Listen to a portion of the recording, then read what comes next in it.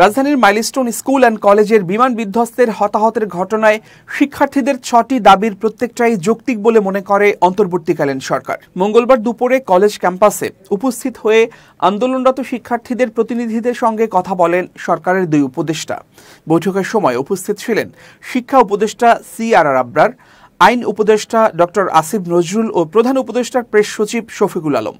শিক্ষার্থীদের ৬ দফা দাবির মধ্যে রয়েছে নিহতদের নাম ঠিকানা প্রকাশ, আহতদের নির্ভুল তালিকা, শিক্ষকদের সঙ্গে অসদাচরণের জন্য নিঃশর্ত ক্ষমা, ক্ষতিপূরণ প্রদান, ঝুঁকিপূর্ণ প্লেন বাতিল ও প্রশিক্ষণ পদ্ধতি সংস্কার।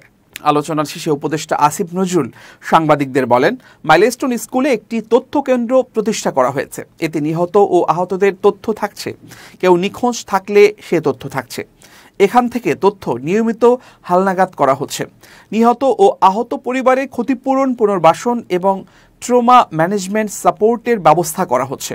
তিনি বলেন, জনগণের ভিড় নিয়ন্ত্রণের সময় সেনাবাহিনীর কর্তব্য পালনকালে কয়েকজন সেনা সদস্য কর্তৃক শিক্ষার্থীদের ওপর মারধরের অভিযোগের প্রেক্ষিতে সরকারের পক্ষ থেকে দুঃখ প্রকাশ করা হয়েছে এবং উপযুক্ত ব্যবস্থা গ্রহণের জন্য সেনা কর্তৃপক্ষকে অবহিত করা হবে। তিনি আরও বলেন, জনবহুল এলাকায় প্রশিক্ষণ বিমান না চালানোর ব্যবস্থা গ্রহণ করার জন্য বিমান বাহিনীকে প্রয়োজনীয় নির্দেশনা দেয়া হবে।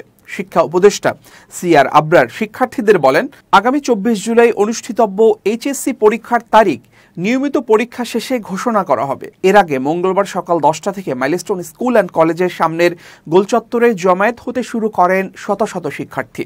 তারা বিমান বিধ্বস্ত হয়ে প্রাণহানির ঘটনায় ৬ দফা দাবি জানিয়ে বিক্ষোভ শুরু করেন। এ সময় আন্দোলন কর্মসূচি থেকে শিক্ষার্থীরা ঘোষণা দেন, দুপুর 12:30টার মধ্যে তাদের সঙ্গে যদি সরকারের কোনো প্রতিনিধি কথা বলতে না আসে, তাহলে তারা উত্তরা BNS সেন্টারের সামনে রাস্তা অবরোধ করে আন্দোলন করবেন। এর আগে সোমবার দুপুর 1:18 দিকে রাজধানীর উত্তরার দিয়াবাড়ি এলাকায় মাইলস্টোন স্কুল অ্যান্ড কলেজ ক্যাম্পাসে বাংলাদেশ বিমান বাহিনীর FT-7 BGI মডেলের একটি প্রশিক্ষণ বিমান বিধ্বস্ত হয়। আছড়ে পড়ার পরপরই বিমানটিতে আগুন ধরে যায়। সবশেষ তথ্য অনুযায়ী এই ঘটনায় নিহতদের সংখ্যা বেড়ে দাঁড়িয়েছে 27 জনে, যার মধ্যে 25 জন শিশু রয়েছে। নিহত বাকি 2 জনের মধ্যে একজন পাইলট, অপরজন শিক্ষিকা।